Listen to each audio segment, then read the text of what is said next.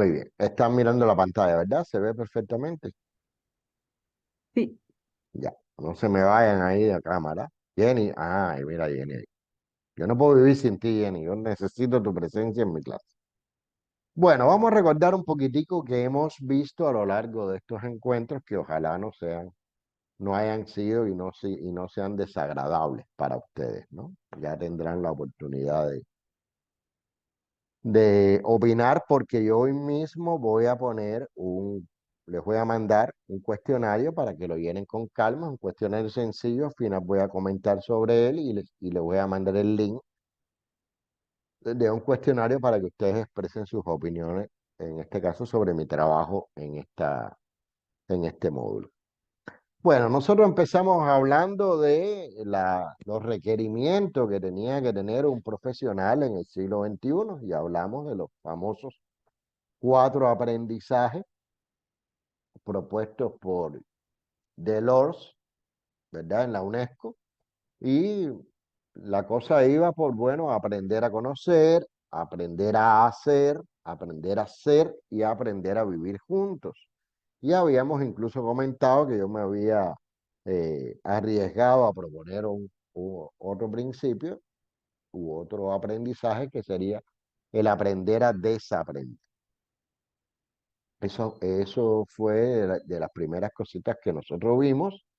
Vimos también, hicimos un análisis de cuáles eran las barreras que imposibilitaban que nuestros estudiantes egresaran con estos aprendizajes, ¿verdad? Vimos barreras que tienen que ver con el propio estudiante, varias que tienen que ver con la institución, con las normativas, con la planificación, varias que tienen que ver incluso desde el punto de vista social con los niveles de vida de cada uno y por supuesto también las del profesor, que de por sí es una barrera, o sea, los conocimientos y la preparación docente metodológica del profesor. Y empezamos a hablar, hicimos un contraste entre algunas características de nuestra enseñanza o de la enseñanza, ya sea de las que son docentes, la enseñanza que imparten o de los que no son docentes pero quieren serlo, y esos que quieren serlo, obviamente recibieron una docencia. Y entonces estuvimos hablando de la pedagogía llamada pedagogía tradicional, que tiene que ser sustituida de alguna manera por una nueva manera de enseñar. Y hablamos también de las competencias del profesor universitario, que enfatizando en que era una profesión complicada, compleja, en la que había que tener una doble competencia para cometerla. Y bueno, y estuvimos hablando bastante de eso. Ahora, dentro de la nueva pedagogía también comentamos que hay muchas tendencias. Y hicimos un poquito un análisis histórico de esas tendencias, desde la pedagogía tradicional, conductismo, constructivismo, eh, enfoque histórico-cultural, vimos a Piaget, hablamos un poquitico y profundizamos precisamente en el enfoque histórico-cultural de Vygotsky y particularmente uno de los discípulos de Vygotsky, que es Galperin, que propuso la teoría de la formación por etapas de las acciones mentales, ¿se acuerdan, no? Esas etapas, motivación, base orientadora de la acción, etapa materializada, etapa verbal y etapa mental, que un poco o sea, pudiera constituir una guía para el docente de identificación de por qué etapas van transitando sus estudiantes en ese proceso de aprendizaje y entonces las acciones que se debían acometer precisamente para producir un aprendizaje significativo, un aprendizaje reflexivo y para que en la medida de las posibilidades nuestros estudiantes pues pudieran llegar a esa etapa mental que es la que se espera de adquisición no de formación de los conocimientos como resultado de ese proceso de enseñanza-aprendizaje.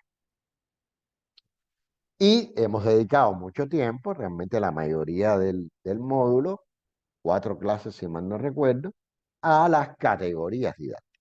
Esas categorías didácticas sobre la base de una concepción constructivista, hablamos de los objetivos, de los contenidos, los métodos y la forma de organización, los medios o recursos didácticos, que es lo mismo, y el sistema de evaluación. ¿Y todo esto para qué? Para ir conformando una mentalidad docente sobre la base precisamente de teorías constructivistas y teorías que realmente pongan en el centro de atención al estudiante como sujeto activo en la construcción del conocimiento, que es algo que repetimos como papagayos, pero que muchos, infortunadamente, no sabemos exactamente qué es. Entonces, con estos elementos que hemos visto hasta ahora, ojalá y al menos ustedes se hayan podido acercar, familiarizarse con todo un conjunto de acciones que tiene que acometer el docente, siempre sobre la base de una concepción de la enseñanza y del aprendizaje. Vimos incluso en la clase de la semana pasada sobre evaluación una concepción constructivista de aprendizaje, que la tienen ahí la tienen en el video y la tienen en la transparencia. Y todo esto, por supuesto, desde el punto de vista más elemental, culmina con la clase, ¿no? O sea, la teoría constructivista no habla solo de la clase, habla de todo lo que, incluso lo que es el diseño curricular, de una concepción del proceso de enseñanza-aprendizaje. Pero el módulo que estamos viendo, digamos que enfatiza o se centra precisamente en la didáctica, que es la ciencia del proceso de enseñanza-aprendizaje, y en cada uno de sus componentes o cada una de sus categorías con vistas a que construyamos, diseñemos las asignaturas que nos toca impartir precisamente en concordancia con esa concepción constructivista. Porque estas categorías son válidas para cualquier concepción, objetivo, contenido, método, forma, organización, medios y evaluación, eso es válido. Eso es general. En función de cómo enfoquemos los objetivos, de cómo enfoquemos los contenidos, de cómo seleccionemos los contenidos, de cuáles son los métodos que usemos, de cómo vamos a utilizar esos medios o esos recursos didácticos y cómo vamos a acometer la evaluación del aprendizaje, en función de cómo lo hacemos, pues seremos constructivistas, seremos conductistas o seremos tradicionales. Pero eso está presente en cualquier programa. Entonces, insisto, el final de esta historia, o al menos lo que nos toca, y de hecho es lo que ustedes van a defender el miércoles, es la clase. Y justamente de la clase, con un par de ejemplos, no quiero eh, eh, abrumarlos o hablar mucho de teorías, porque de teorías ya hemos hablado. O sea, la esencia de esto es que si ustedes se apropian a nivel consciente de esa teoría constructivista, pues obviamente su docencia será constructivista. Y si su docencia es constructivista, pues el aprendizaje sería más eficiente y pusiera en el centro de atención al quien tiene que estar en el centro de atención del proceso, que no es el profesor, es el estudiante. O sea, de hecho, ya ustedes deben haber adquirido al menos una aproximación a todo un conjunto de teorías que le permitirán o le permiten construir una clase. Y insisto, eso es precisamente lo que van a hacer el miércoles, presentarme, a mí no, presentar, no vamos a decir que es a mí, presentar una clase que tiene que tener precisamente el espíritu de estas concepciones no tradicionales del proceso de enseñanza-aprendizaje. Y de eso vamos a estar hablando hoy fundamentalmente y vamos a dar un paseíto muy rápido, muy rápido, muy breve, por lo que tiene que ver con la concepción de todos estos procesos, pero en una modalidad a distancia. Vamos a hablar un poquitico de la educación a distancia, que no es esta que yo estoy haciendo. O sea, esto puede ser educación a distancia, pero hay diferencias claves con lo que verdaderamente es un curso a distancia y con lo que estamos haciendo en este diplomado, que en realidad es virtual, pero hay, entre comillas, mucha sincronía. O sea, hay muchas actividades sincrónicas en las que ustedes me están viendo a mí y yo lo estoy viendo a ustedes y en vivo pues generamos un debate, generamos una, una reflexión grupal que no es lo típico de otro tipo de educación, donde sí es a distancia y hay una total distancia o no presencia del profesor de manera sincrónica con los estudiantes. O sea, no es lo mismo una carrera virtual que este diplomado. ¿Bien? De eso también vamos a hablar muy poquitico, pero nos vamos a centrar fundamentalmente en la clase. Y yo lo que les voy a traer son dos propuestas, dos ejemplos. Ojo, sin intención de recetas. En educación no hay recetas. Eso es muy importante. No hay todo un grupo de pasos que hay que seguir. No, no, no, no, no. Cada vez que uno intenta reglamentar demasiado el proceso docente educativo, eso al final va a ser un fracaso. Y que todo el mundo haga lo mismo, y que todo el mundo tiene que tener, yo que sé, 10 minutos para hacer preguntas, y no sé cuántos minutos, y después las preguntas va a no, para nada. O sea que lo que yo voy a presentar son dos propuestas, resultado de mi experiencia como docente y de mi formación psicopedagógica, que me parece que pueden resultar interesantes y el que crea que este tipo de actividades diseñadas de la manera en que yo las voy a presentar es válido, totalmente válido para la asignatura que imparte, perfecto. Que crea que no, que quitaría esto, que cambiaría esto de lugar, que no pondría esto, que tal paso no lo haría, perfecto también. O sea, el final de toda esta historia es lograr un aprendizaje significativo en nuestros estudiantes. Un aprendizaje relevante, un aprendizaje en el cual haya una participación protagónica del estudiante en esa construcción, que se puede hacer de muchas formas diferentes. ¿Está bien? Incluso yo traigo dos propuestas de dos formas de organización de la enseñanza. Una es la conferencia y la otra es la práctica de laboratorio.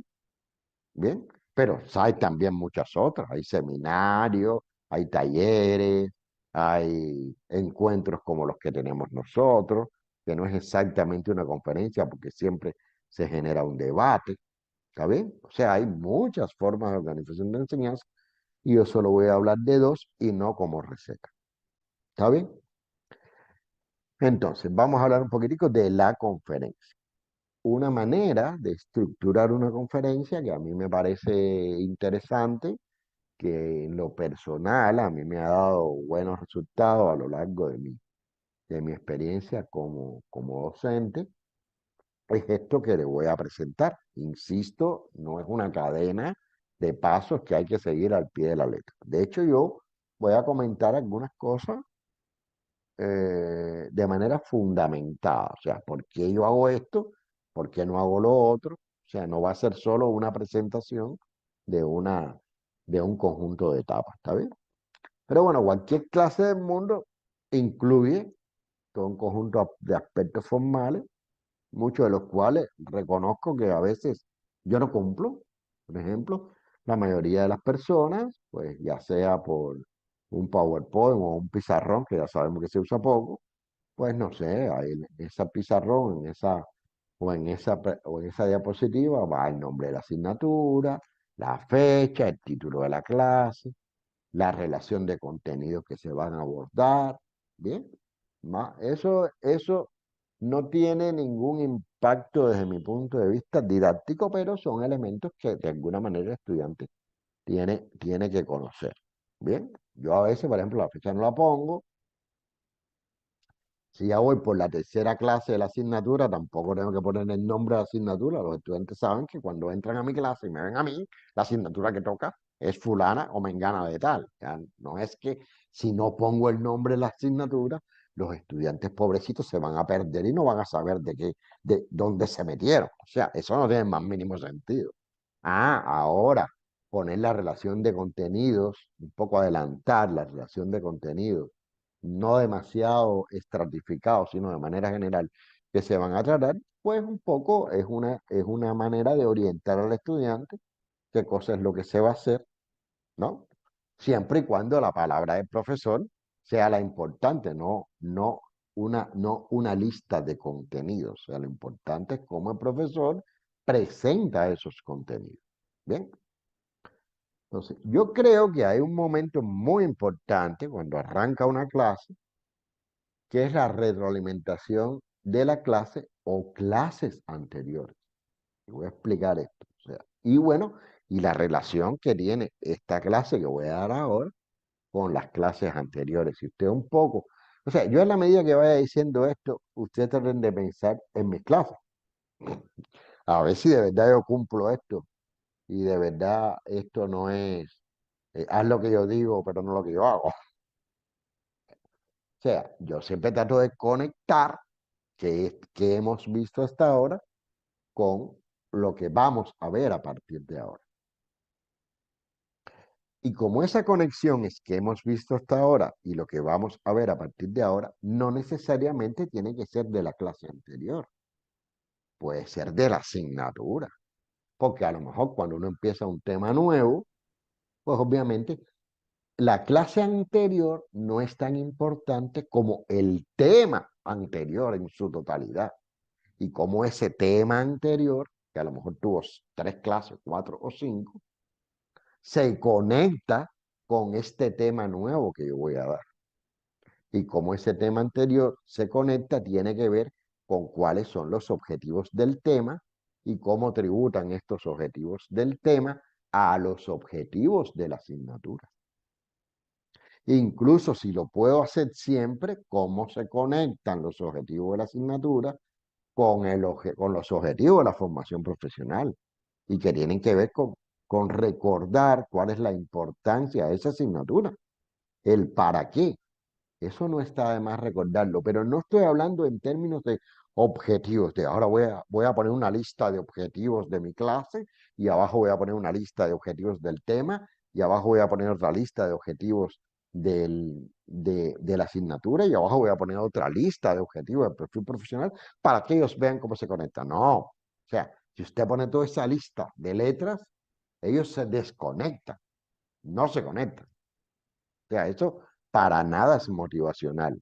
El asunto no es trabajar con objetivos que están escritos, el asunto es que los estudiantes entiendan que la asignatura es un sistema que está a su vez metido en un sistema más grande, que es el sistema de conocimientos que tienen que vencer en la carrera.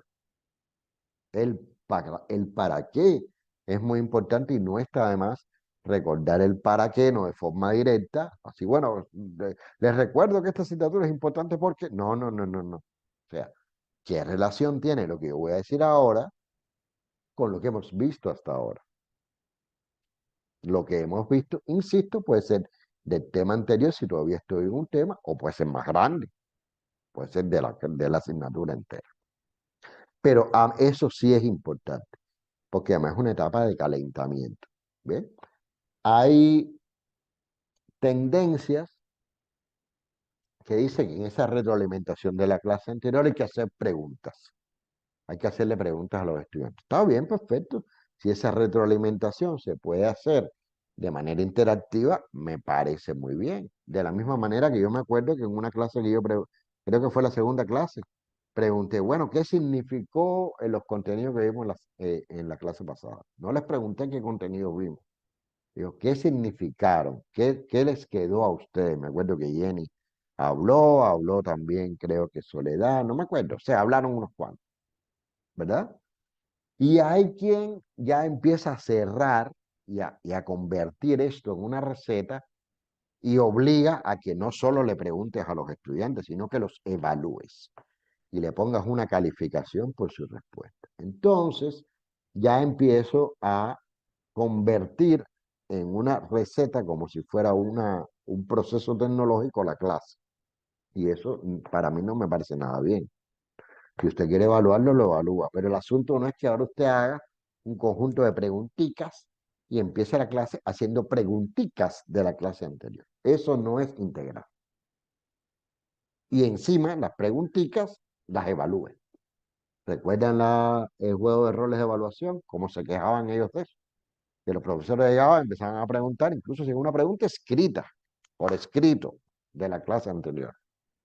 Eso lo único que hace es poner más tenso al estudiante y provocar todo un conjunto de situaciones de las que hablaron los estudiantes en ese juego de roles. Hay estudiantes que llegan tarde a clase solo para saltarse ese momentico de retroalimentación, porque es eso, porque me van a preguntar, porque me van a calificar, porque me van a dar una mala nota, bla, bla, bla, bla. Y esa no es la esencia de lo que estoy diciendo. De hecho, yo no creo que haya que evaluar nada ahí. Una asignatura tiene millones de momentos para evaluar por encima de eso. Por tanto, no me parece que ese momento sea verdaderamente importante, estar evaluando. El asunto es que los estudiantes y el mismo profesor, diciéndolo de una manera un tanto coloquial, entren en calor. Vamos a entrar en calor recordando que hemos visto hasta ahora y cómo se conecta con lo que vamos a ver a partir de ahora. ¿Ves? Y esto, por supuesto, da pie a que tú motives la clase que se presenta.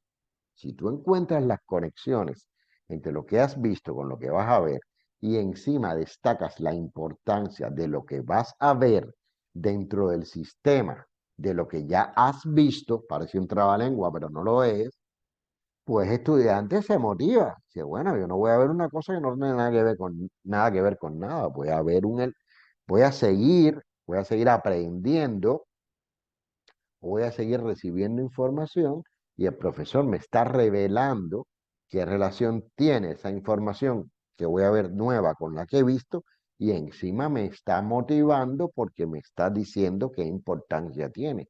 ¿A través de qué? A través de ejemplos, a través de la relación con la práctica profesional del tema que voy a ver, de la clase que voy a ver, a través de ejemplos de la vida cotidiana. No sé si recuerdan una cosa tan pesada y desagradable como puede ser para un estudiante la regla de las fases del agua. ¿Se acuerdan el grafiquito de la fase del agua líquida, sólida y gaseosa? Y cómo yo intenté motivar eso con la temperatura y la presión y que el arroz se hace con la misma cantidad de agua cuando estás a nivel del mar, pero, o sea, esos son elementos de la vida cotidiana. O la cerveza, porque se congela cuando la destapas. O sea, son cosas que pueden resultar interesantes, motivantes y despertar el interés del estudiante por lo que viene detrás, que ya es el contenido concreto de la clase. Bien, en ese proceso de motivación se pueden enunciar los objetivos. Enunciar los objetivos no significa, aunque puede ser también, poner una lámina con los objetivos tal y cual están escritos en el programa. Porque usualmente los objetivos están escritos en el programa de una manera totalmente aburrida. Enunciar el objetivo es que en la propia motivación tú vas a centrar la atención del estudiante en qué es lo más importante de lo que tú vas a hablar, cuál es el centro de atención. Y eso lo vas a seguir repitiendo a lo largo de la clase. O sea, tú a lo largo, estoy seguro que aquí cuando fueron estudiantes no hay nada peor que terminar una clase y quedarte así, bueno, ¿y qué es lo importante? O preguntar, profe, ¿qué es lo importante de esto? Y él te diga, todo. No, no, todo está bien, pero todo no tiene el mismo peso. ¿Sabes? O sea que enunciar los objetivos de una manera agradable, motivadora, que el estudiante tenga claro cuáles son los elementos centrales, para qué sirve esa clase. Ese es el objetivo, para qué le sirve. Sin necesariamente decir que lo decimos mucho. Ah, y pongan atención que esto va al examen. Si lo quiere decir, lo dice, no pasa nada. Pero sería mucho mejor si quieres mencionar el examen, decir, estos son elementos claves en la asignatura. Y como son elementos claves en la asignatura y ustedes van a ser evaluados por los objetivos claves de la asignatura, pues obviamente podrán imaginarse que los contenidos que vamos a ver en la clase de hoy, de los cuales ya yo los he relacionado, pues son un objetivo central del examen. Perfecto. Si quiere decirlo, lo dice.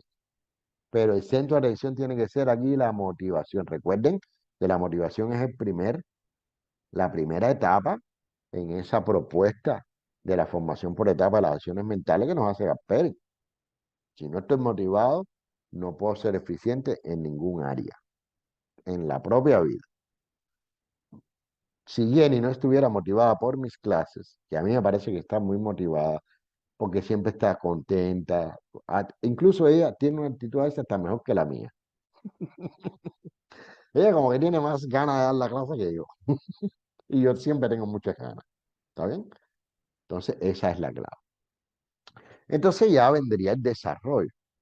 Si alguien me osara preguntarme, profe, y todos esos elementos que usted ha mencionado ahora, ¿qué tiempo? Yo qué sé, el que le dé la gana. O sea, si yo empiezo a decir retroalimentación 5 minutos, motivación o retroalimentación con preguntas 5 minutos, motivación 5 minutos, objetivo de la clase 2 minutos, ya lo eché a perder todo.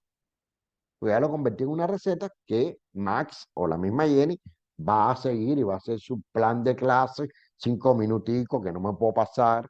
Y si encima voy a tener una persona que me va a controlar la clase, que va a estar controlando qué tiempo yo me demoro en cada una de esas etapas, ya eso no es constructivismo. ¿Está bien? Ahora, en ese desarrollo hay elementos que son importantes y hay que seguir manteniendo. Hay que seguir manteniendo la motivación. Hay que darle, en la medida de lo posible, un enfoque profesional a esos contenidos. O sea, que se revele para el estudiante el para qué me sirve eso. Hay que darle un enfoque integrador y transdisciplinario, relacionar ese contenido con contenidos anteriores o contenidos que vienen detrás, con contenidos que se van a dar a lo mejor en una asignatura el próximo semestre. O sea, esto que estoy hablando hoy, por ejemplo, es importante y ustedes cuando ven la asignatura tal, se van a dar cuenta que van a necesitar de estos contenidos, pero no porque esté en una malla, sino que en la práctica lo van a necesitar porque la ciencia es transdisciplinaria, se conecta con otras ramas del saber. Entonces, esos enfoques son importantes mantenerlos en el desarrollo de la clase con independencia del contenido que sea. Eso es válido para cualquier cosa, o sea, no sé, microbiología en agroindustria o análisis químico en agroindustria, o evaluación sensorial, que no sé si es una asignatura que tiene agroindustria, o tecnología de la leche, o tecnología de la carne y sus productos, o tecnología de la fruta y de los vegetales. Cualquier asignatura tiene conexiones con otras asignaturas. Cualquier asignatura tiene un enfoque profesional y cualquier asignatura tiene un enfoque integrador y transdisciplinar. Ese proceso, en la medida de lo posible, pues que tenga una interacción con los estudiantes. No es hablando solo, preguntando eh, qué creen de lo que digo, alguna pregunta, responder todo lo que pregunten. Mientras más pregunten, mejor. Mientras más pregunten, hay más motivación. Esa respuesta de no, no, eso lo vemos al final, con cordura, porque también hay estudiantes que pasan preguntando todo el tiempo y pueden a veces pueden ser tonterías. Y bueno, y uno dice, bueno, esa duda muy particular la vemos al final, porque hay dudas e intervenciones que lo que hacen es confundir al resto. Acuérdense de su etapa de estudiante. Acuérdense, un examen en su etapa de estudiante. Estás haciendo tranquilamente tu examen. Max, estás haciendo tranquilamente tu examen. Y de pronto Jenny levanta la mano y le hace una pregunta al profesor. Automáticamente, ¿cómo? O sea, esa no es tu duda, pero por si acaso. ¿Es o no? Entonces, eso es un elemento que es un elemento disociador. Yo quisiera tener mucho más intercambio con ustedes en las clases, pero me cuesta mucho por la propia naturaleza que tiene esta interacción. O sea, yo en este momento estoy viendo 4 personas, solo 4, a Jenny, a Max, a Rosemary y a Luz. Para yo ver a los otros, tengo que apretar aquí una flechita y entonces veo a Jenny y entonces veo a Zaida, veo a Melanie, aunque que no está con la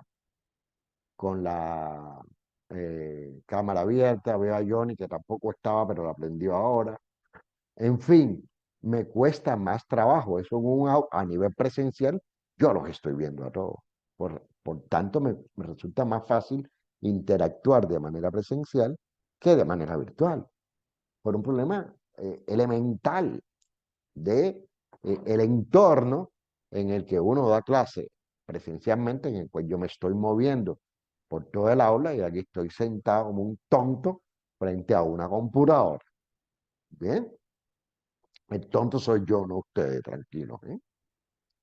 Pero eso es muy importante, esa interacción constante, esa exposición problemática, exponer el contenido como un problema puede también ser una variante interesante para que los estudiantes intenten resolverlo en el transcurso de la clase. En fin, hay un número casi infinito de estrategias que se pueden seguir. Y por supuesto, en ese desarrollo tiene que haber un uso eficiente de los medios de enseñanza, de los recursos didácticos y dedicamos una clase enterita a eso, a cuáles son los peligros de las presentaciones en PowerPoint, a todo eso ya dedicamos una clase. Por tanto, aquí, obviamente, en ese desarrollo, y es algo que van a hacer ustedes en miércoles, también tiene que quedar, tiene que haber calidad en los medios de enseñanza o los recursos didácticos, como quieran llamarlo, que se utilicen en una forma de organización de la enseñanza como esta, que es la conferencia. Y también es importante, si lo amerita y si es pertinente, porque esto ya depende del contenido particular de cada conferencia, de cada asignatura, pues hacer resúmenes parciales. O sea, si yo terminé un grupo de contenidos que son importantes y necesarios para entender lo que viene atrás, yo ahí puedo interactuar con el estudiante, preguntar para obtener retroalimentación de cómo, de, de qué efecto está teniendo el discurso, porque a fin de cuentas es un discurso, una retórica, el discurso que yo he construido y puedo hacer un resumen parcial de los elementos más importantes de estos contenidos que en ese momento yo he acabado de dar. Puede que pegue, puede que no pegue. No es que sea obligado a hacer resúmenes parciales. Ni hay que hacer tres resúmenes parciales. No, no, no, hay que hacer dos. No, no, dice otro, hay que hacer uno. Los que quieran, los que sean pertinentes en el momento, en el lugar y en el momento del contenido donde usted considere que es el especialista que merece realizar un resumen para cerrar algunas ideas.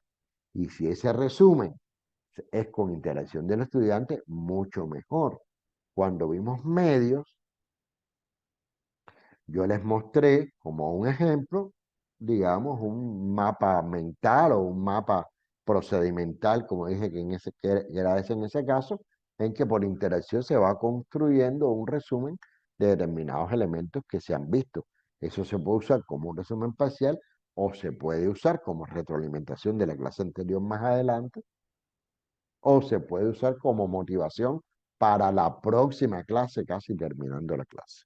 Fíjense cuántos elementos hay y la variedad y la flexibilidad que se tiene a la hora de instrumentar eh, una clase con esta estructura que, insisto, no es una receta. Obviamente, cuando usted termina, tiene que hacer las conclusiones de la clase, hace las conclusiones de la clase. Fíjense, si usted ha hecho resúmenes parciales, a lo mejor no tiene que hacer conclusiones de la clase. Si a lo mejor de una primera parte usted hizo un resumen parcial y de una segunda parte hizo un resumen parcial que tiene que haberlo conectado con la primera. De alguna manera tiene que haberlo conectado con esa primera parte, pues a lo mejor no es necesario hacer conclusiones, pero a lo mejor sí es necesario. ¿De qué depende eso? De cómo usted ha estructurado su conferencia y de la naturaleza del contenido, el contenido que es más experimental, hay contenido que es más algorítmico. A lo mejor la clase ha consistido en dar un conjunto de reglas, un conjunto de etapas con vistas a lograr un determinado objetivo al que hay que encontrarle un enfoque profesional y al que hay que encontrarle un carácter, al que hay que revelar un carácter transdisciplinario con el que hay que interactuar con el estudiante. O sea, todo eso depende de la naturaleza particular que tenga el contenido que usted va a impartir. Por eso, vuelvo a insistir, lo voy a decir mil veces, esto no es una receta. Cuando usted concluye la clase, pues sería muy interesante orientar el estudio independiente. Bien, o sea, que usted va a mandar a estudiar con relación a esa clase.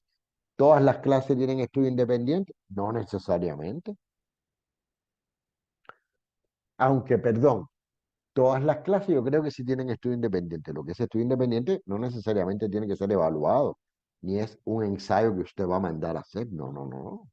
El estudio independiente puede ser la profundización de los contenidos mediante determinada bibliografía. O como yo les pongo a ustedes, yo les recomiendo que se lean este artículo, o que se lean este libro, o que se lean esta tesis, o que se lean determinados materiales.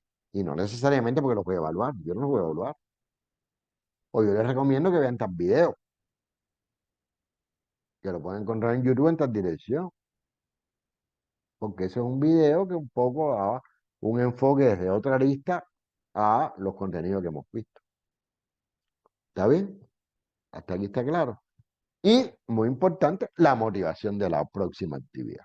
O sea, si usted al inicio hizo una retroalimentación y reveló las conexiones que existen entre los contenidos que usted va a impartir con lo que ya ha impartido, pues ahora va a ser lo mismo. Pero en lugar de ir al pasado, va a ir al futuro. Ahora, usted va a motivar la próxima actividad conectando los contenidos que usted ha impartido en esta conferencia con lo que va a impartir en la próxima. Y le puede dar toda la profundidad que quiera. Puede hablar ahí de la importancia, puede hablar de la carencia de estos contenidos. Bueno, estos contenidos todavía no son completos. Con estos contenidos usted todavía no puede realizar tal acción. Con estos contenidos usted todavía no puede arribar a conclusiones sobre un determinado fenómeno. Falta información para arribar a esas conclusiones. Y esa información que falta es la que vamos a ver en la próxima actividad. Pero no diciéndolo de manera general como lo estoy diciendo yo, sino ya aterrizando y especificando con un contenido en particular. ¿Me entiende lo que quiero decir? ¿Mm? Entonces, esto me parece que puede ser una manera. ¿Quién quiere hablar? ¿Alguien quiere hablar? ¿Oí una voz o alguien se le abrió el micrófono? Bueno, ya. ¿Ven? Esas son las cosas de aquí que no, a las que no me puedo acostumbrar también. Esto, insisto, es una propuesta. Una propuesta que pueden pensar, yo creo que son elementos clave en el caso de la clase, si ustedes de alguna manera van a seguir esta estructura. Porque es una actividad académica, un ejercicio académico. En el caso de la clase que van a preparar y que pienso, rezo, porque ya la tengan por lo menos medio preparada, porque eso para que quede perfecto no se hace en un día, pero bueno, ese es el ejercicio que ustedes van a hacer en miércoles, en la que más o menos, yo voy a recordar los finales de la clase, cuáles son las orientaciones, pero creo que van más o menos por este camino. Aunque, por supuesto, lo que ustedes van a hacer fundamentalmente, y valga la redundancia, es una fundamentación y una reflexión y una explicación de las cosas que ustedes proponen hacer en la clase, más que dar la clase. Pero bueno, eso lo retomamos al final. Entonces voy a poner un ejemplo. Voy a poner un ejemplo, en este caso de la asignatura de análisis de los alimentos. Fíjense, les voy a poner algunos fragmentos, no es exactamente así, de la primera clase de la asignatura. La primera clase que ya ustedes conocen, que yo le doy mucha importancia, porque es la clase que o los enamora o los pierde. ¿Está bien? Entonces, fíjense que yo esa clase la comienzo con una visión holística, integradora y sistemática. No he hablado de mi asignatura todavía. ¿De qué estoy hablando? De la carrera. Ahí yo pudiera poner agroindustria. Hombre, tal vez las bases serían otras. No sé, la nutrición, sí, posiblemente en agroindustria. Ustedes dan nutrición en agroindustria, los agroindustriales de aquí, díganme. ¿Dan nutrición, la asignatura de nutrición, o no dan esa asignatura en su carrera de agroindustria? No, no, doctor. No, no la dan. Bueno, a lo mejor ahí habría que poner otra cosa. Pero bueno, como yo estoy hablando de una carrera que es las ciencias alimentarias, que es como se llama, yo les digo, bueno, esto es una carrera que se soporta sobre cuatro componentes conceptuales y metodológicos. Cuatro componentes. Y esos cuatro componentes son, en primer lugar, la química y bioquímica de los alimentos. Y les hablo qué cosa es la química y bioquímica de los alimentos. Les hablo del objeto de estudio de la química y bioquímica de los alimentos, que es la estructura, función y metabolismo de los principales componentes de los alimentos. Y les hablo también de cuáles son las asignaturas que tributan a ese gran cuerpo de conocimientos que incluye la química y bioquímica de los alimentos, que ahí está la química general, la química física. O sea, hay todo un conjunto de asignaturas que es necesario manejar. Está la bioquímica, está la propia química de los alimentos. En fin, yo ahí les comento un poco para, y fíjense que estoy arrancando casi con una clase de orientación vocacional. Pero no importa porque esto me va a permitir llegar a mi asignatura. Bien. Y lo mismo hablo entonces de la otra base conceptual y metodológica que es la nutrición, y le digo la importancia de la nutrición en la carrera y cuáles son las asignaturas que tributan a la nutrición y para qué sirve la nutrición y por qué la nutrición es importante, bla, bla, bla. Y hablo de procesamiento que sí sería, o sea, el primer bloque de química y bioquímica es válido para la agroindustria. Y este bloque de procesamiento también es válido para la agroindustria, porque aquí es donde se habla de que al final los alimentos se procesan y que van a tener un conjunto de asignaturas que todos ustedes dieron, no sé qué nombres tendrían, pero seguro dieron ciencia y tecnología de la leche, y ciencia de la leche y productos lácteos, y ciencia y tecnología de la carne, y ciencia y tecnología de la fruta y los vegetales, y a lo mejor dieron aceites y grasa también, no lo sé. En fin, dieron módulos de tecnología que tienen una importancia fundamental en la agroindustria y por supuesto también en una carrera que se llama Ciencia de los Alimentos. Y después les digo que los últimos módulos metodológicos y conceptuales es la evaluación de los alimentos, porque todos los alimentos tienen que ser evaluados. Todos, de alguna u otra forma. E incluso les digo que el centro de atención de la asignatura va por aquí, va por esa evaluación. O sea, la asignatura esta, análisis de los alimentos, tiene que ver con la evaluación y la evaluación además es una disciplina que impacta en el resto. ¿Por qué? Porque si vamos a procesamiento, todo lo que se procesa en la industria tiene un control de calidad físico-químico, ¿sí o no? Todo, absolutamente todos los productos que se producen en la industria necesitan un control de calidad, incluso los que vienen del campo, necesitan un control de calidad físico-químico.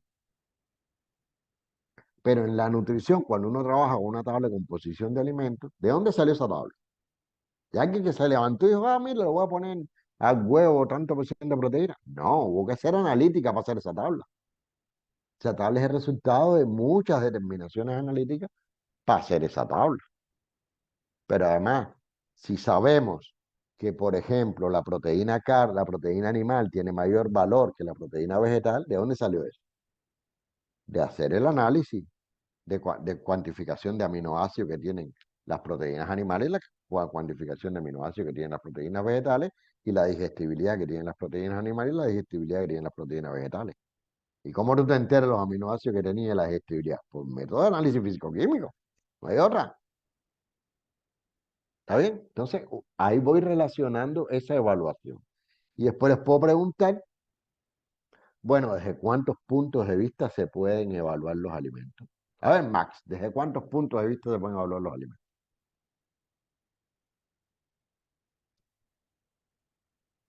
Tienes que activar el micrófono. Buenas noches, doctor. Ujú. En cuanto al tipo de evaluaciones de los alimentos, estaría hablando de tipo Ajá. pH, acidez. Ajá. Sí, pero todo eso, ¿en dónde entra, Max? pH, acidez, Esos son, proteína. Bromatológico, sensorial, tal vez, doctor. Ah, pero bromatológico y sensorial es lo mismo. no, son diferentes. Son diferentes. Sí. O sea, el análisis bromatológico es fundamentalmente mediante métodos químicos físicos. Pero hay otro tipo de análisis que lo acaban de adelantar, que es el sensorial, ¿verdad? ¿Y qué otro tipo de análisis hay además de físico, químico y sensorial? Organolépticos, Muy bien. No, organoléptico es sensorial. Es lo mismo. Lo ¿Qué otro tipo de microbiológico, análisis le doctor. está faltando? ¿Eh? Dime, Johnny. Lo, Porque habló, no sé quién habló. lo Como no lo veo. microbiológico sería, doctor. Microbiológico. Esos son las tres grandes ramas de análisis de los alimentos. La rama microbiológica, fíjense que, como mismo lo han dicho ustedes, así lo dicen los estudiantes. Y yo hablo de la importancia del análisis microbiológico, hablo de la importancia del análisis sensorial y hablo de la importancia del análisis físico-químico. Pero además hay una evaluación toxicológica que es muy importante en alimentos y una evaluación nutricional que es muy importante en alimentos. Y ocurre, eso está chiquitico ahí abajo, porque tanto la evaluación toxicológica como nutricional se hace mayoritariamente por métodos físico-químicos. Físico-químicos. Determinación de proteína es una evaluación nutricional. Determinación de proteína, y eso se hace por Yerdal, físico-químico, un método químico a pulso. Y fíjense cómo voy relacionando y voy presentando mi asignatura. Y digo, bueno, esta asignatura de todo lo que hemos visto, ¿de qué nos vamos a ocupar nosotros?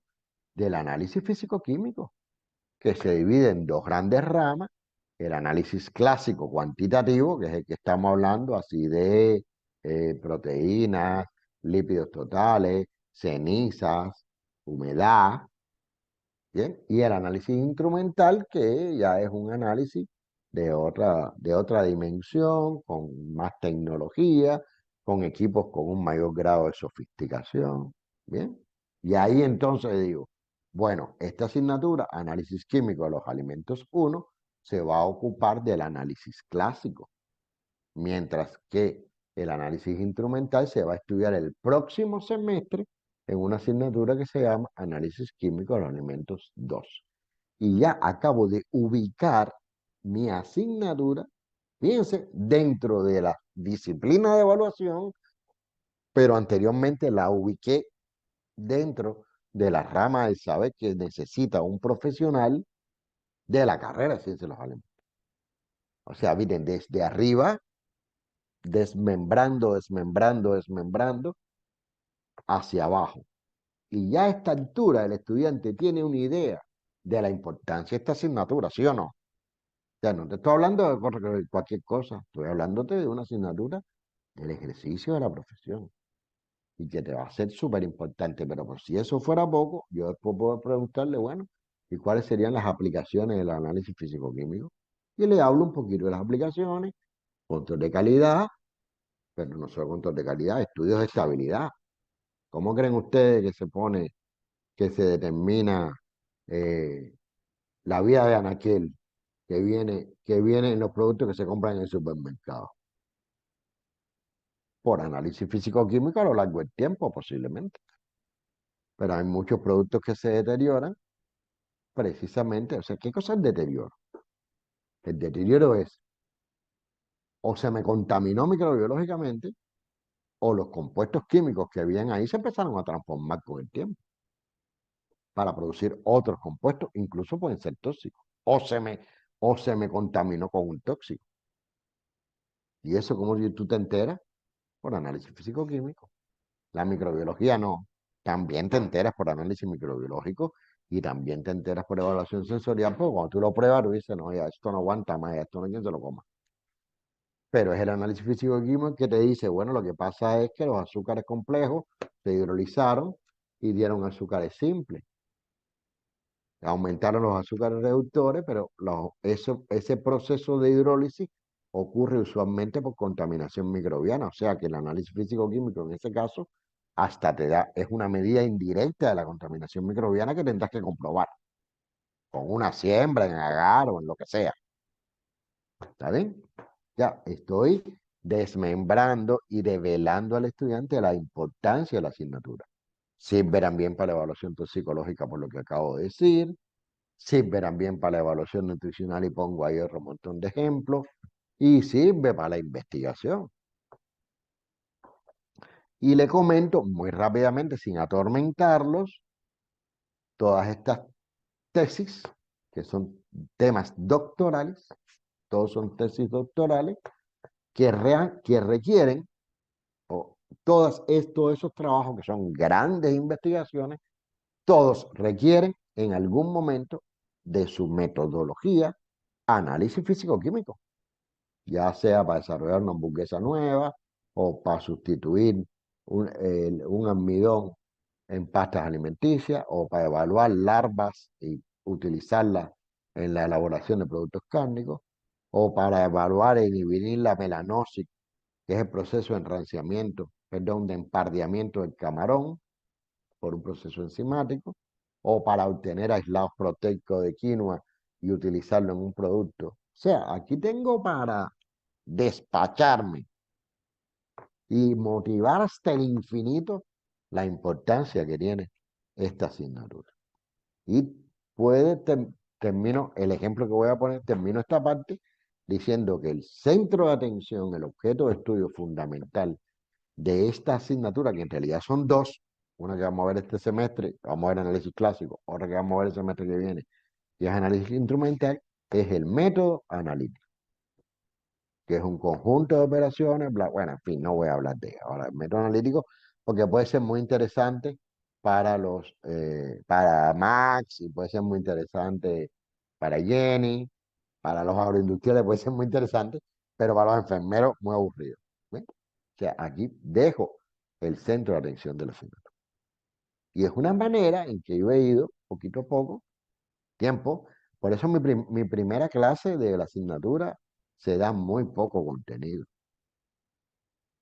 específico. Lo que yo necesito es engancharlo. Como hice todo lo posible por engancharlo a ustedes con la primera clase que di, que ya sí vimos elementos específicos. ¿Saben? Esto es un ejemplo. Voy a poner otro ejemplo. Este sí es para los enfermeros. Bueno, y también para los agroindustriales. Horror, respiración celular. Ya estuvimos hablando, ¿verdad? Ya incluso yo les puse una lámina animada de la cadena de transporte electrónico y fosforilación oxidativa que forma parte de la respiración celular. Lo presento primero en general para que se entienda, porque yo no puedo arrancar una clase de bioquímica metabólica hablando de reacciones químicas y hablando de enzimas. Yo tengo, desde mi punto de vista, presentar al estudiante la importancia que tiene eso y dónde ocurre. Por eso yo digo que la respiración celular no es más que un proceso que ocurre a nivel celular de transformación de la glucosa en energía. Y que gracias a ese proceso de respiración celular podemos movernos, podemos atendernos, podemos pararnos, podemos correr, podemos comer, podemos caminar, podemos bailar, podemos ir a trabajar, todo. ¿Bien? Y ese proceso arranca con la ingestión de alimentos que contienen de alguna manera glucosa. Y todos los carbohidratos contienen. Y esa glucosa va a transitar por 3 etapas: glucólisis, que ocurre en el citoplasma. Esto se lo estoy diciendo a unos estudiantes que ya saben lo que es el citoplasma y que ya saben lo que es la mitocondria. ¿Ven?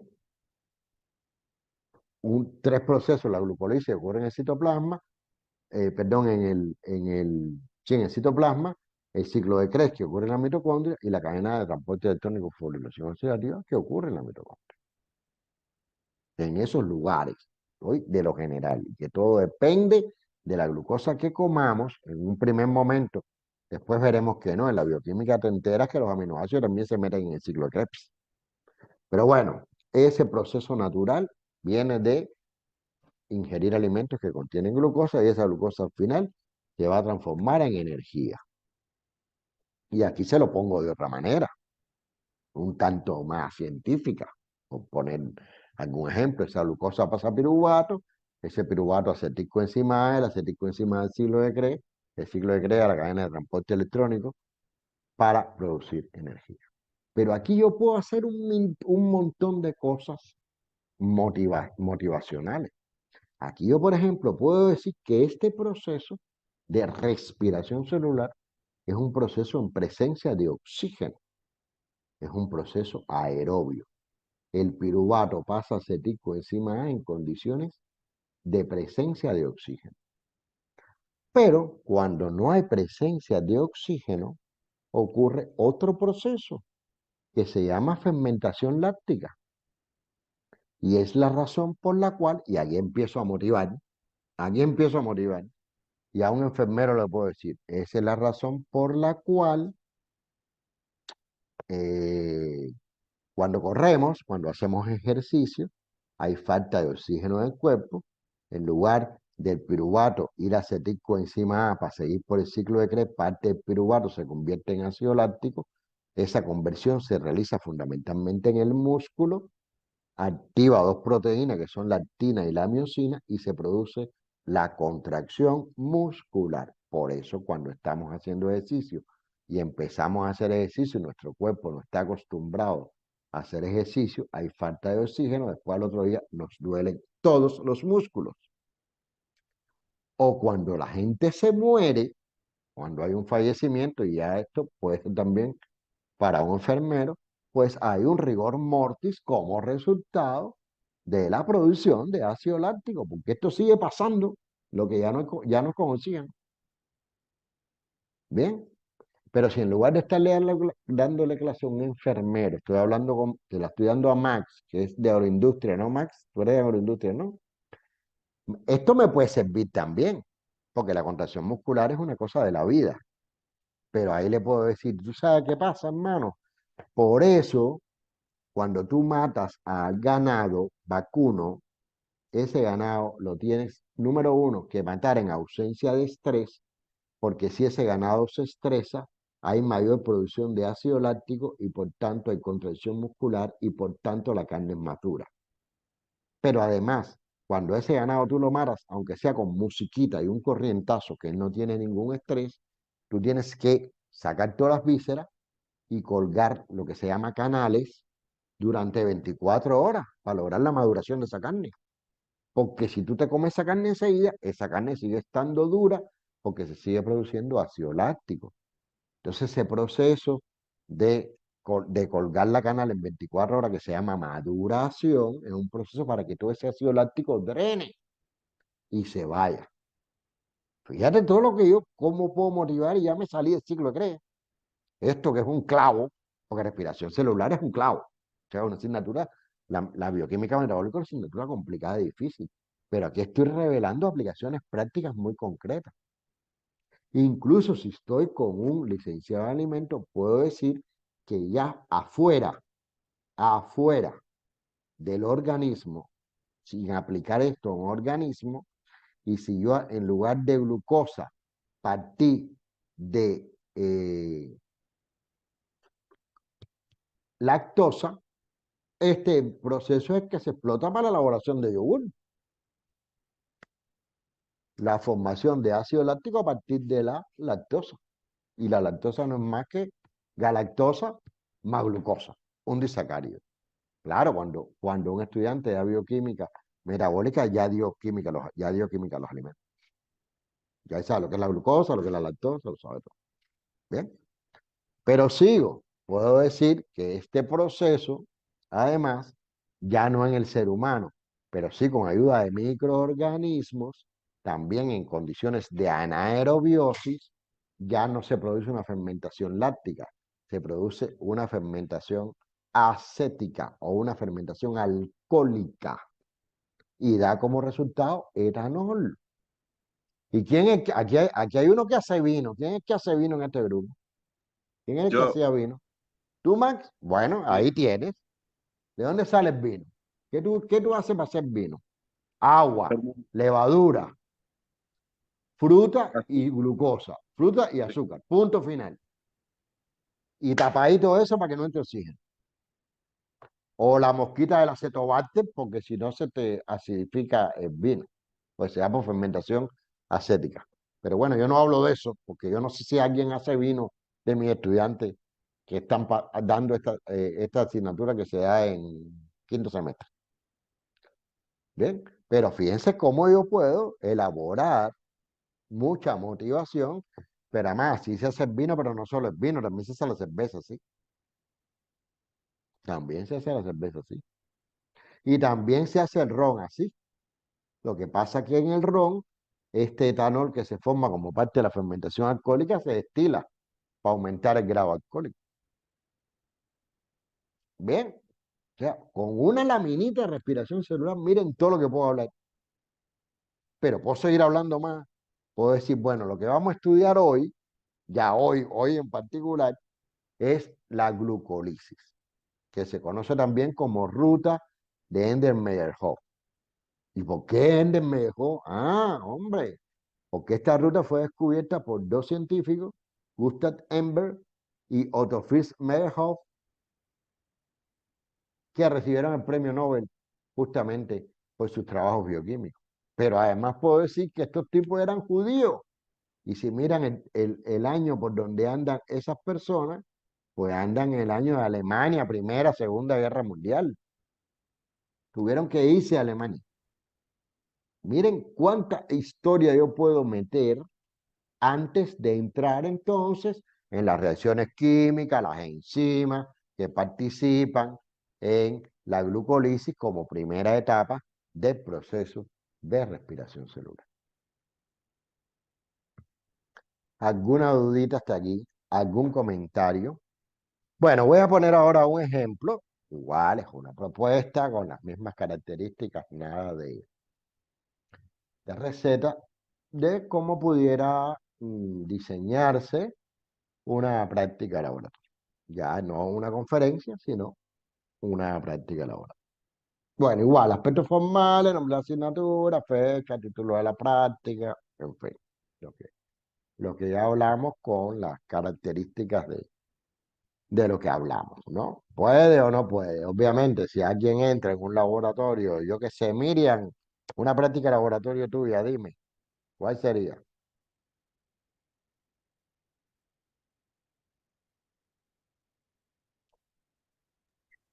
Por ejemplo, el desarrollo de huesos, en práctica, que ¿Cómo, los cómo, chicos cómo? vean Nada más los modelos entendí hueso, anatómicos, la nada más descripción de cada entendí hueso.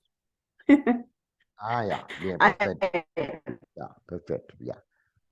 Bueno, ¿te das cuenta? Da igual que pongas la fecha o que no pongas la Ya, fecha. Ya, cuando yo voy a elaborar, Ajá, dime.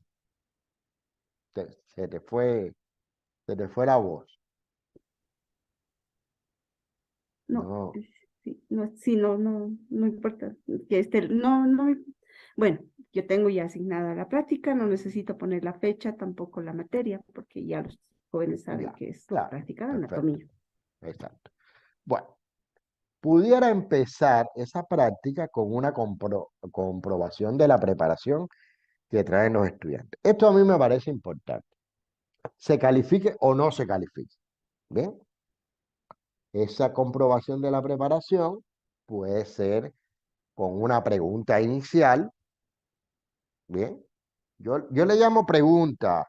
No sé, usted le llaman test.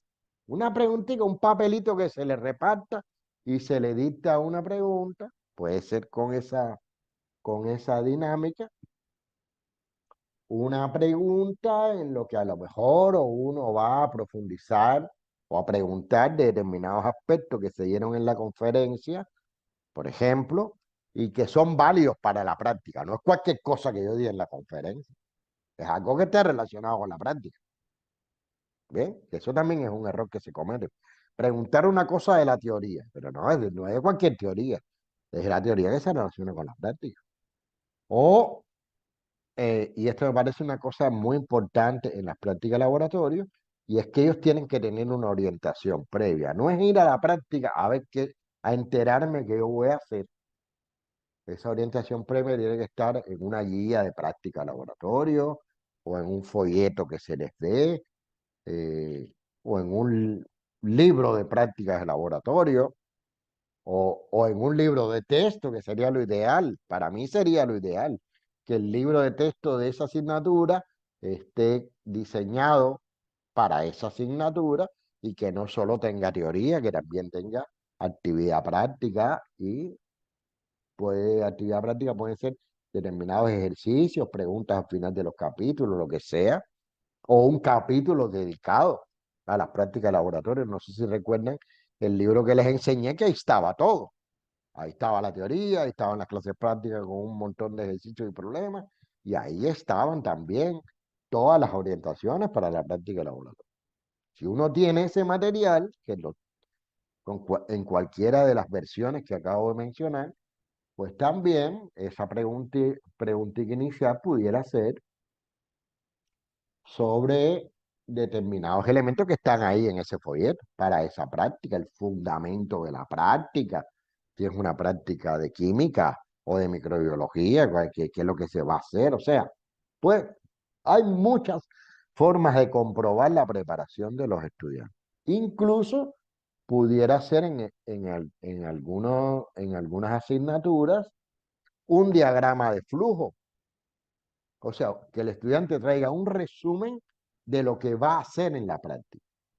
Que no venga con el folleto, que no venga con la guía, que venga con su propio resumen individualizado, como le dé la gana de hacerlo, con figurita, con flechita, con un texto, con un diagrama de flujo para el caso de, por ejemplo, prácticas de física o de química, bien, o de bioquímica.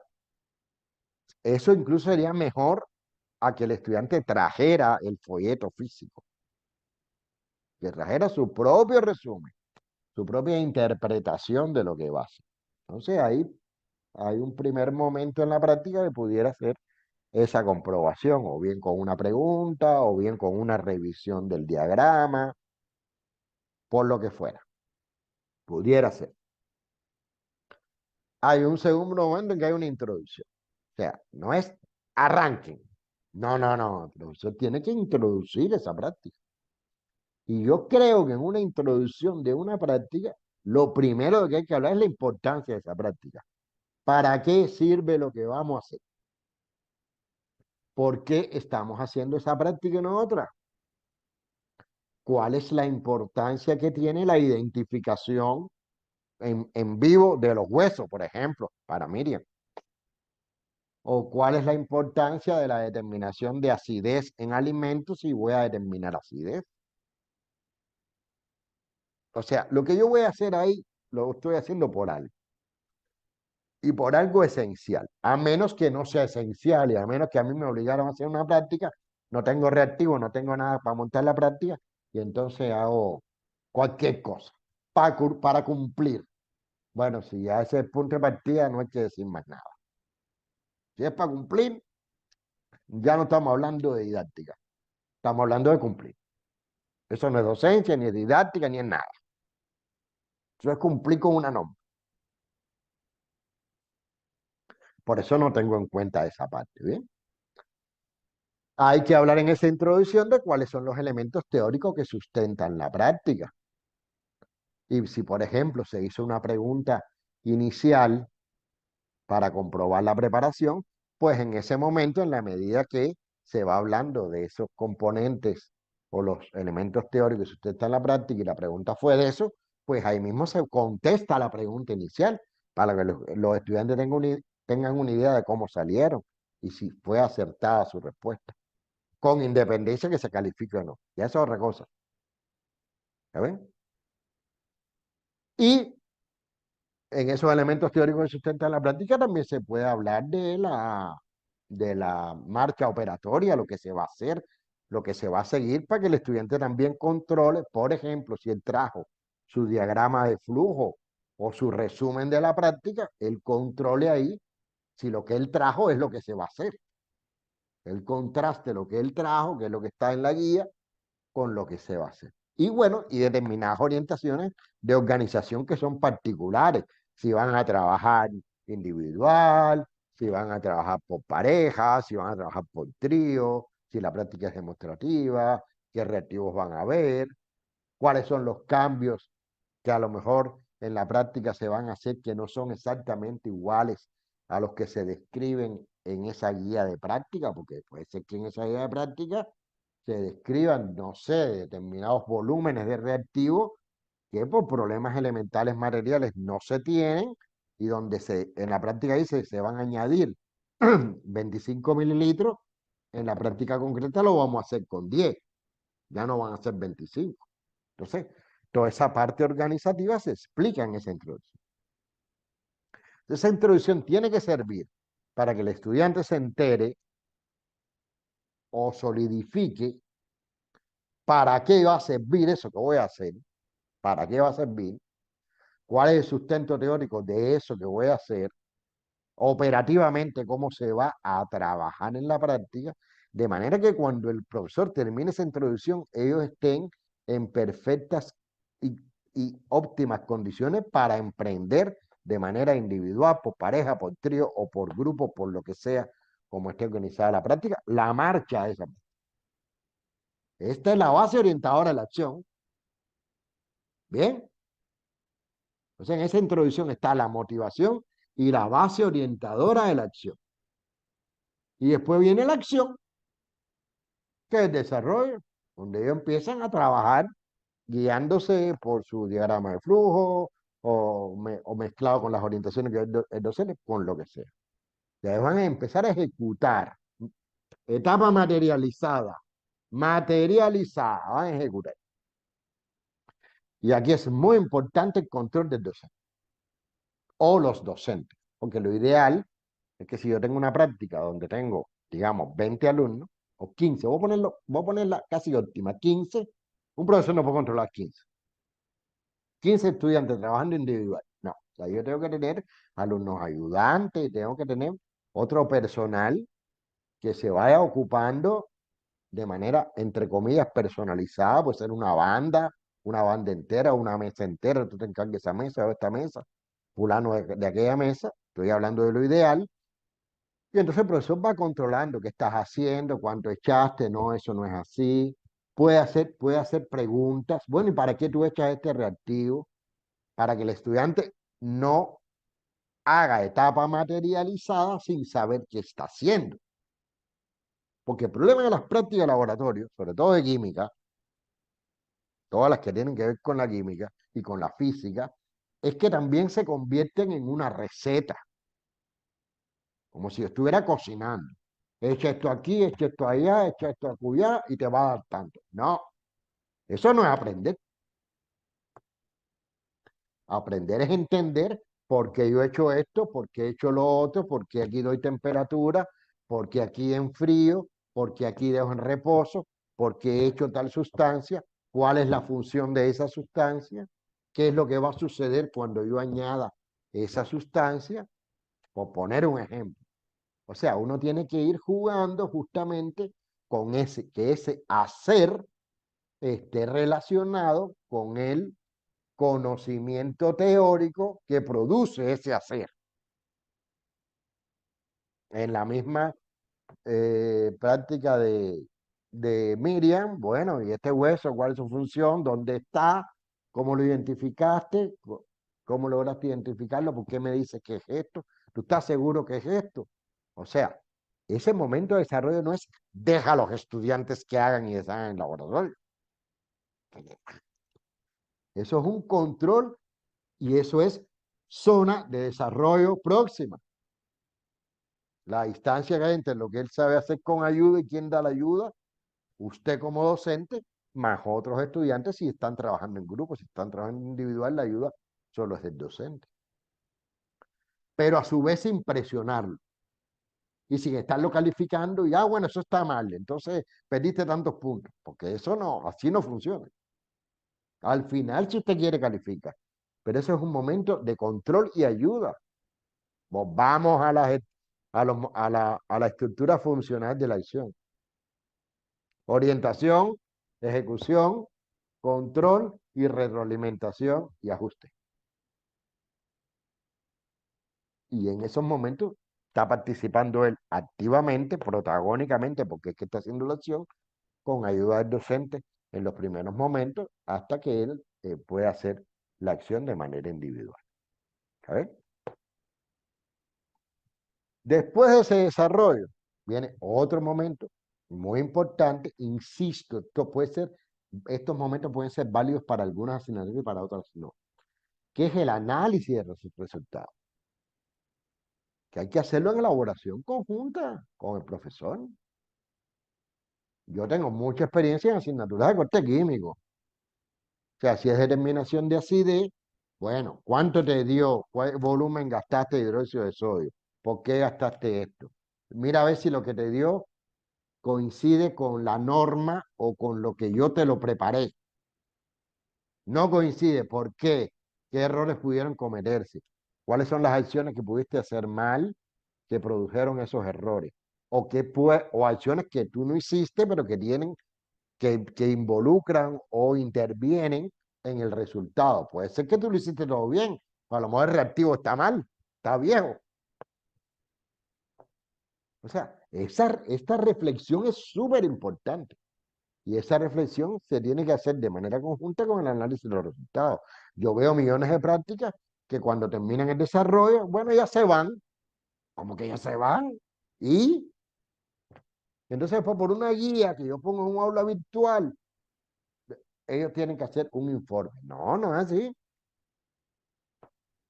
Si yo quiero que la práctica cumpla su objetivo, que no es únicamente desarrollar habilidades manuales o prácticas, no. Una práctica de laboratorio es un momento idóneo para la reflexión, para el análisis, para la integración, para entender lo que no he entendido. Y tiene que ser un apoyo a la asignatura. No es que la práctica va por un lado y la conferencia va por otro. No sé si les preguntan esto sus estudiantes a los profesores.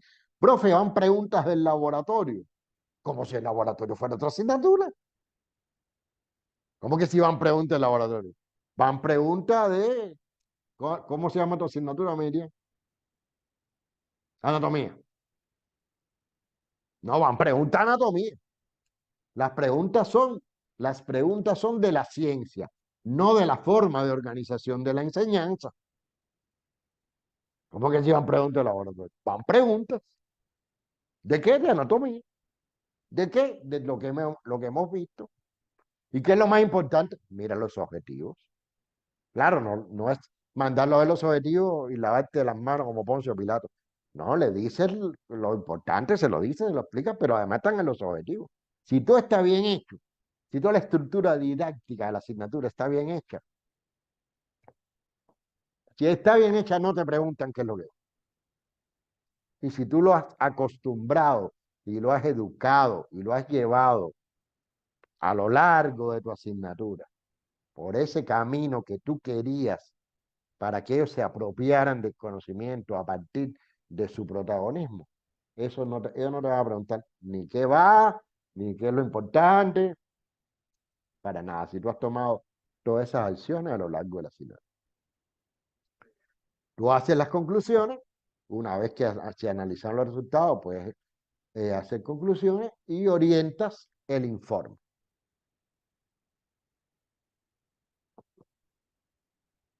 Orientas el informe, que puede ser un informe particular, de hecho va a ser un informe particular para cada práctica, pero habría que ver si ese informe particular para cada práctica tiene una estructura general de la cual ellos se van apropiando en la medida que van avanzando. De eso vamos a hablar ahora. Voy a hablar del informe. Y una pregunta final. O sea, esta es una práctica que está complicada para ellos. Si yo califico todo eso, tengo 4 momentos de calificación. La de la pregunta inicial, la del sondeo, si lo quiero calificar como manipulación, por ejemplo, en la que yo voy viendo cómo ellos manipulan. La del informe que me van a entregar la próxima semana. Y una pregunta final que tiene características totalmente diferentes a la inicial. O sea, la inicial yo pregunté algo más reproductivo que está en la guía y que ellos con estudiar la guía y interiorizarla un poco la pueden responder. Ya la pregunta final tiene que ver con los propios resultados que ellos obtuvieron, o sea, con lo que pasó en la práctica. La información necesaria para dar respuesta acertada a esa pregunta inicial no está en el folleto, está en el desarrollo de la práctica, en la profundización que ellos han hecho. O sea, la pregunta final usualmente tiene un grado de complejidad mayor que la de la inicial. Estoy hablando de preguntas, por supuesto, saben que soy un poquito enemigo de, no estoy hablando de preguntas de selección múltiple ninguna, ni la inicial, ni la final, no, no. Ya, si no nos queda más remedio, la selección múltiple quedará para el examen. Pero si yo lo hago bien, mira, ya ni me importa lo que saquen en el examen.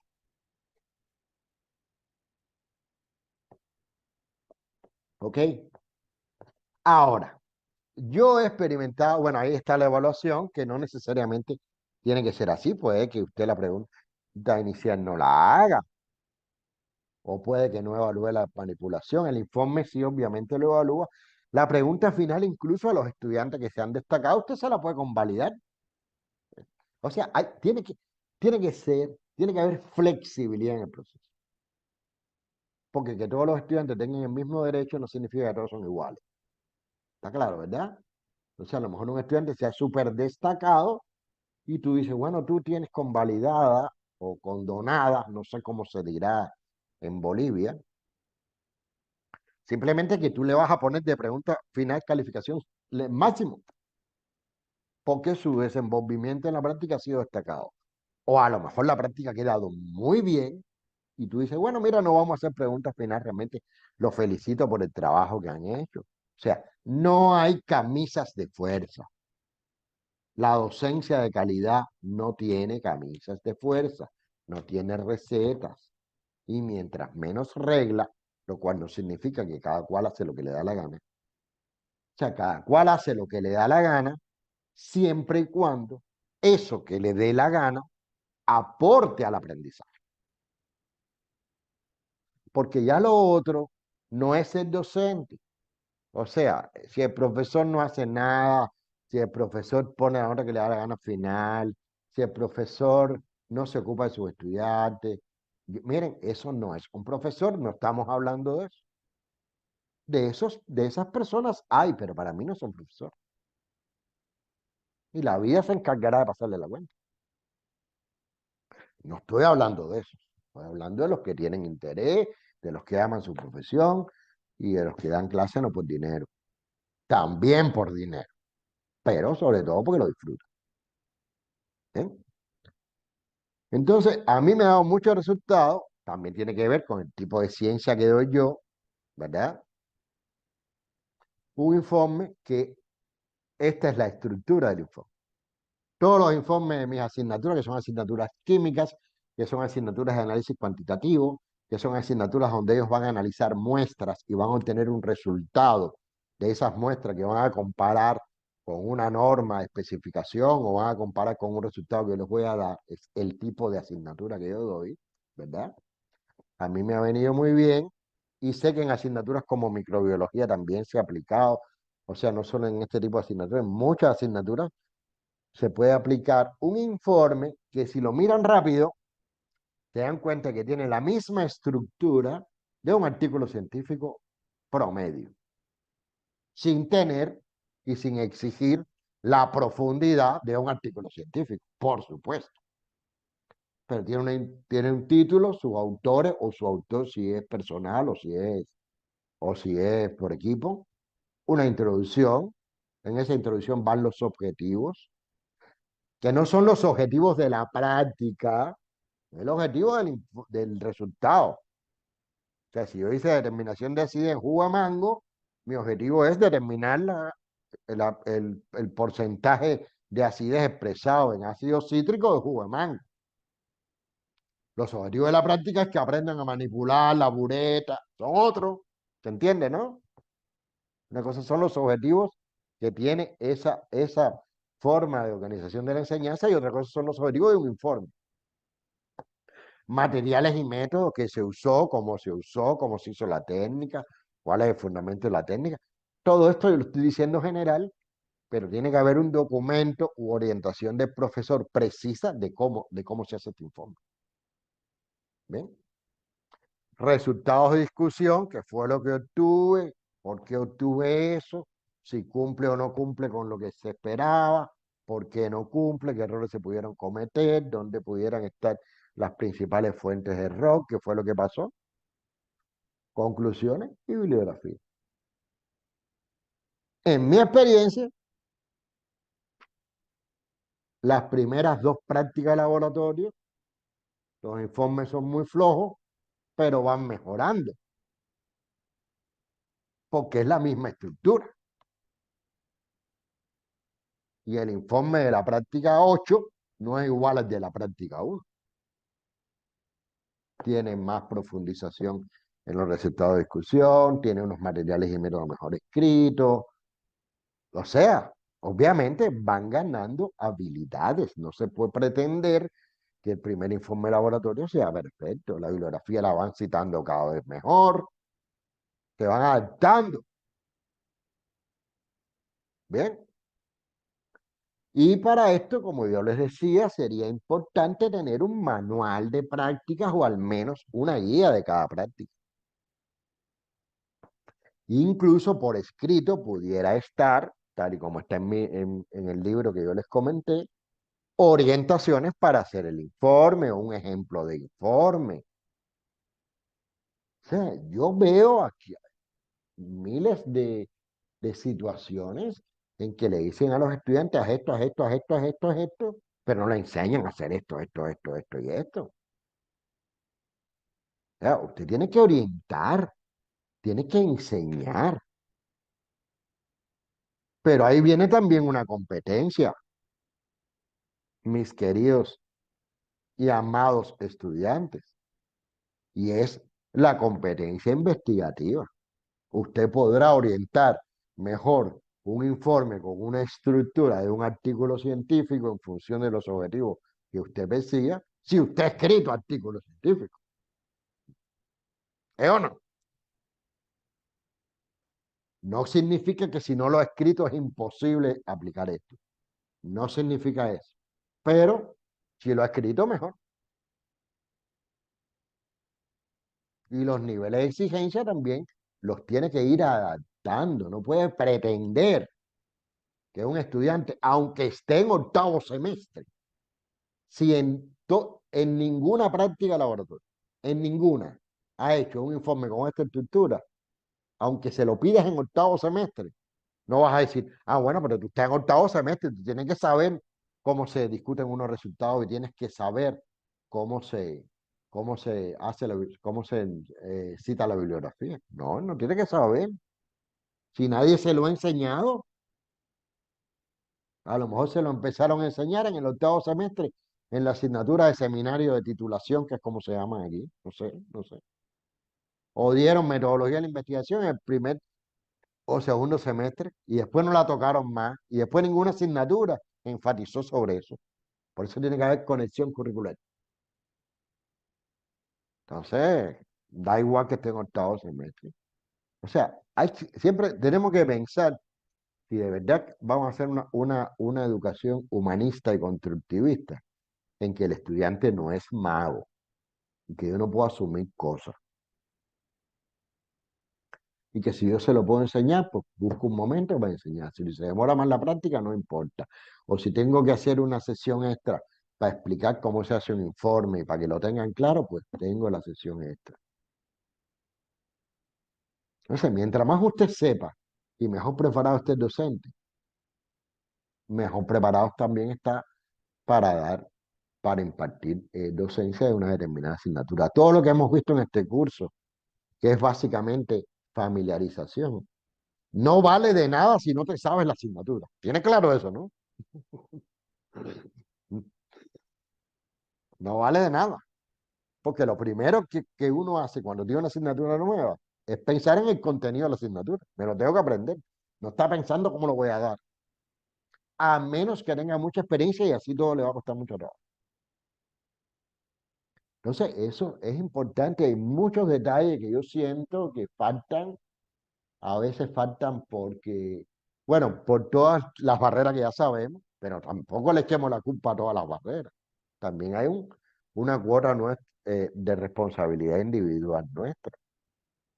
Yo veo que hay asignaturas que se desgastan. Por ejemplo, no sé si es el caso de ustedes, en metodología de la investigación enseñando normas APA. Normas APA le enseñarán a agroindustria, a enfermería le enseñan Vancouver. ¿A qué así? Yo no debo enseñar normas APA ni normas Vancouver, no puedo perder el Así tiempo es. en eso. ¿Por qué yo tengo que perder el tiempo en que un estudiante memorice una norma cuando ya hace rato se inventaron gestores bibliográficos como Mendeley y Sotero que te hacen la cita? Yo lo que tengo que enseñarle al estudiante es a manipular Mendeley o Sotero y decirle cómo se mete en la cita, cómo él tiene que revisar, cómo se cita después en un documento desde Sotero y cómo Sotero automáticamente te va a ir organizando la cita como tú quieras. Si eres enfermera, le dices a Sotero, yo quiero la cita en Vancouver. Si eres de agroindustria, le dices a Sotero, yo quiero la cita en APA. Enseña a Sotero, pero no enseñes normas APA. O sea, comenta en un pedacito de clase que hay normas internacionales para las citaciones. Punto. Y comenta, eso es 20 minutos.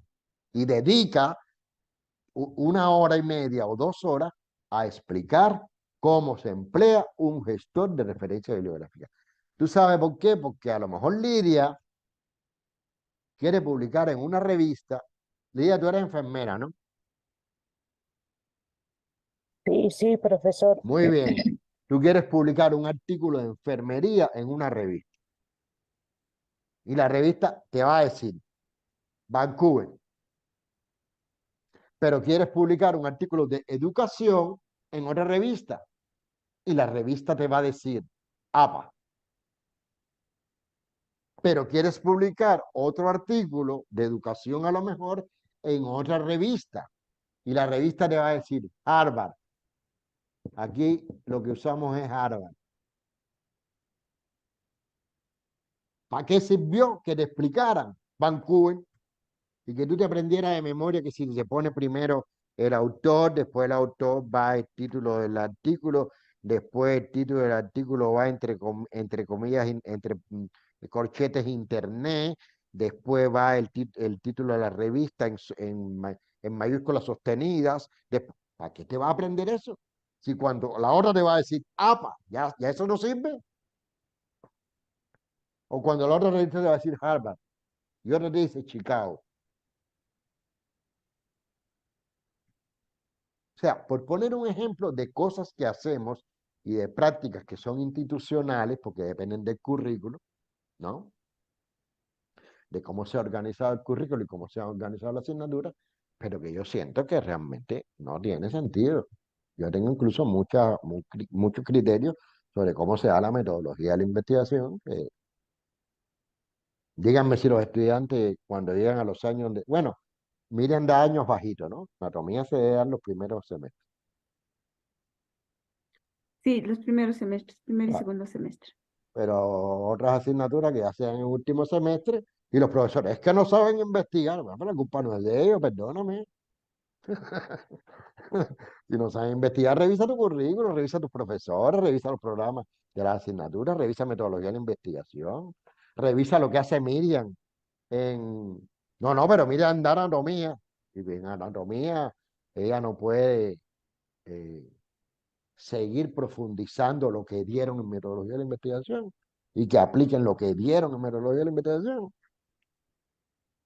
Entonces la culpa no es solo o siempre del estudiante, que malo es, que malos son, llegaron al octavo semestre y no saben investigar.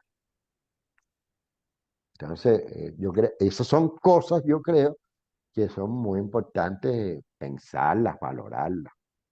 ¿Está bien?